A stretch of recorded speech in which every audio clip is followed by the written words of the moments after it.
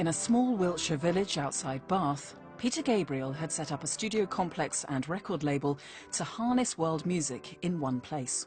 He called it Real World. Just as the way that the WOMAD Festival was aiming to give equal billing of music from different corners of the continent alongside Western pop names, if you like, we wanted to have a record label that did the same.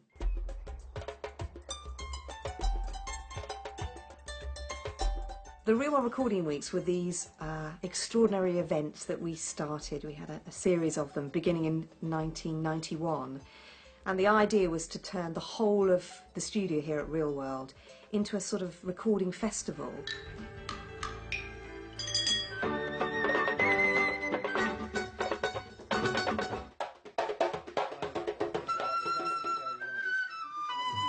And people would get together. You might have an Egyptian string section and a Japanese percussionist in one room with, I don't know, Paul Brennan from Clannad.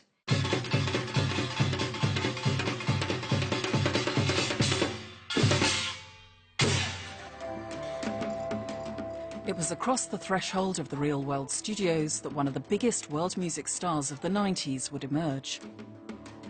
It was actually Pete Townsend who said, "You must hear Qawwali music, you know, it's fantastic." And I think my experience when I first heard Nusrat was very much the same. It was a very powerful, sort of spiritual feeling, you know. I get tingles in the back of my neck.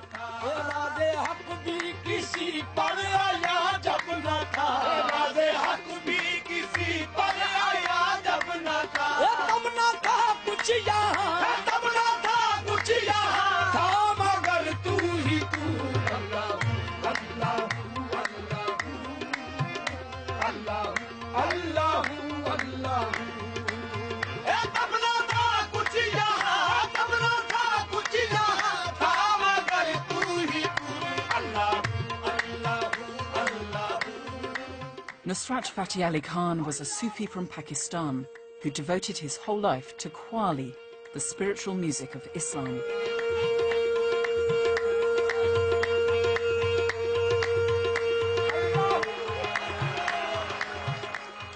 Since the late 1970s, he'd been distributing his music through a small record label in Birmingham.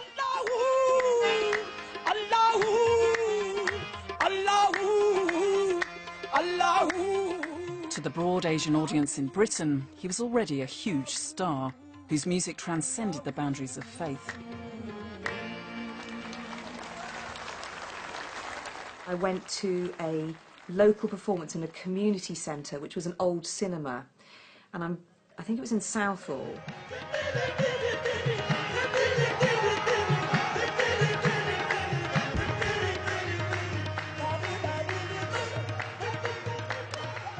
People were rushing to the stage and throwing themselves at the stage. I think that was quite something that I had never seen before in any kind of music performance. It was like watching a sort of, you know, punk gig. You know, people were just going crazy.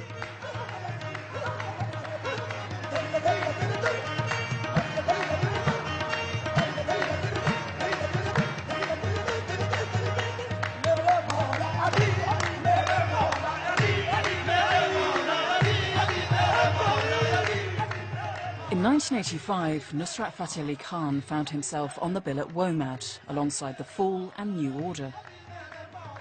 For whatever the reason, it was kind of a hotly anticipated performance. Everybody there knew that this was an artist that they should go to see, even though I don't think anybody in the audience had ever seen him before.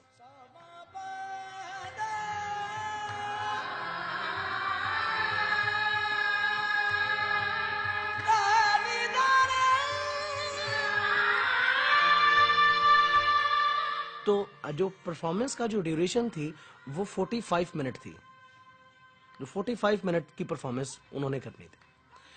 अब वो जब performance शुरू हुई है तो चंद जैसे festival में लोग म्यूजिक सुना करते हैं वैसे लोग बैठे हुए थे।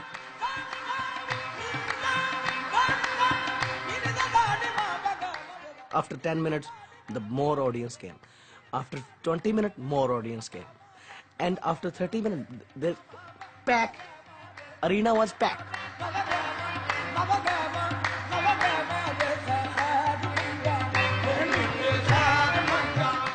The energy and the intensity of the night just grew and grew and grew, and at points where you just feel like, gosh, you know, this is the height, this is this is fantastic. It would then just, you know, get amped up even another notch.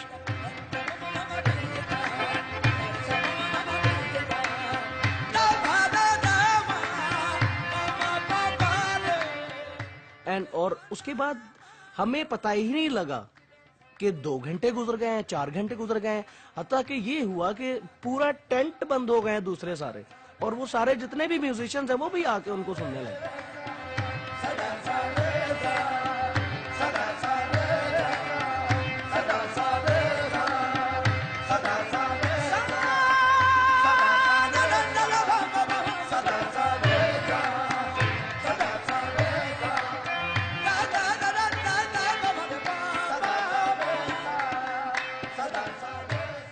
It just made this huge impact. It really just was one of those moments, I think.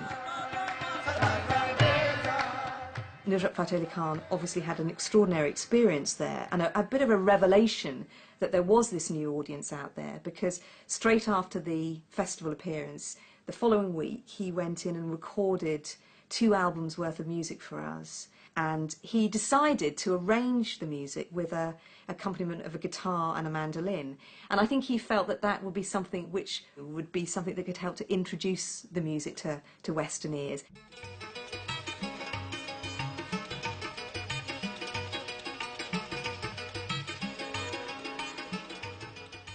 Aside from the Sufi stuff, the mystic stuff, the devotional, the religious element, it was just a bloody great dance floor filler whenever I went out and you know, on those rare occasions, and did a live gig.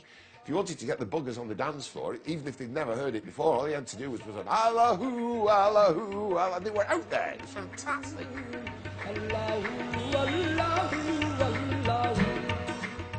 Nusrat was becoming more and more aware of the power of his qawwali to reach new audiences.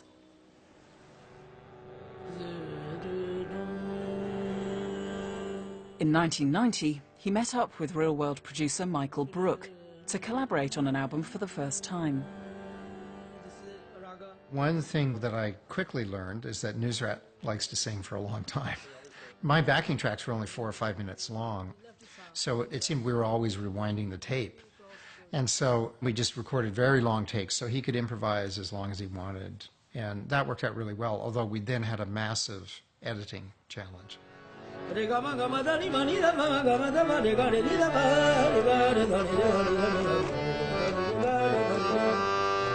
West, do, re, mi.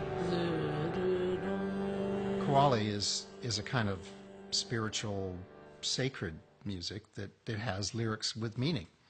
And I wasn't that clear on the distinction at the time.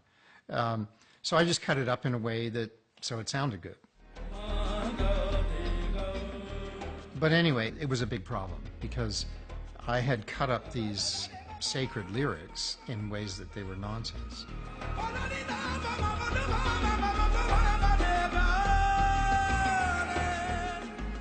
And he said, well, okay. But in fact, he got a lot of criticism at home.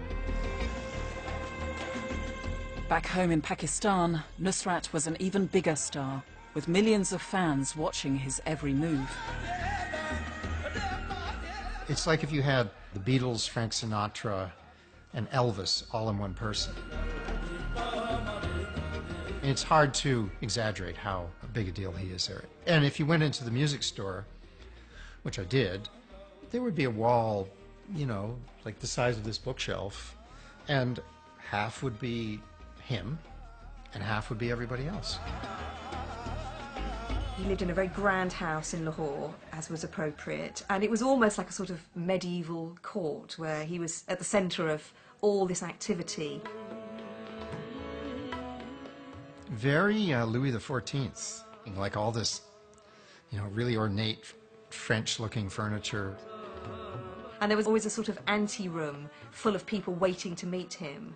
People coming with gifts or asking advice.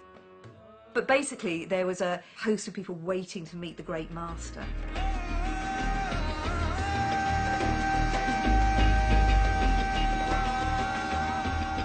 The recording of Must Must was not without controversy among Nusrat's more orthodox fans, who saw his musical experimentations with the West as a step too far.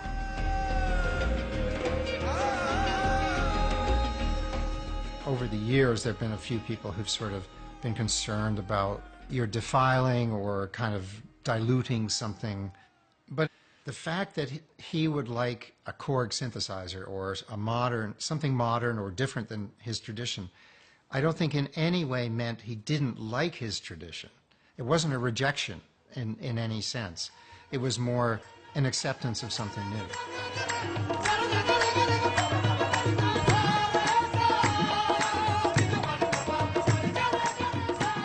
At the time of the release of Must Must, the emerging UK dance scene was starting to discover new global sounds.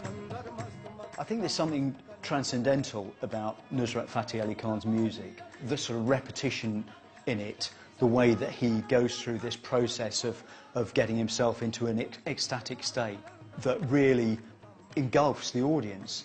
There's something there that seemed to sit comfortably with dance music at that period of time. The title track was remixed by British trip-hop group Massive Attack, and Nusrat's invigorating qawwali also inspired a generation of British Asian dance producers in search of a new cultural identity. But in 1997, Nusrat Fateh Ali Khan died suddenly, leaving behind hundreds of recordings and millions of fans around the world.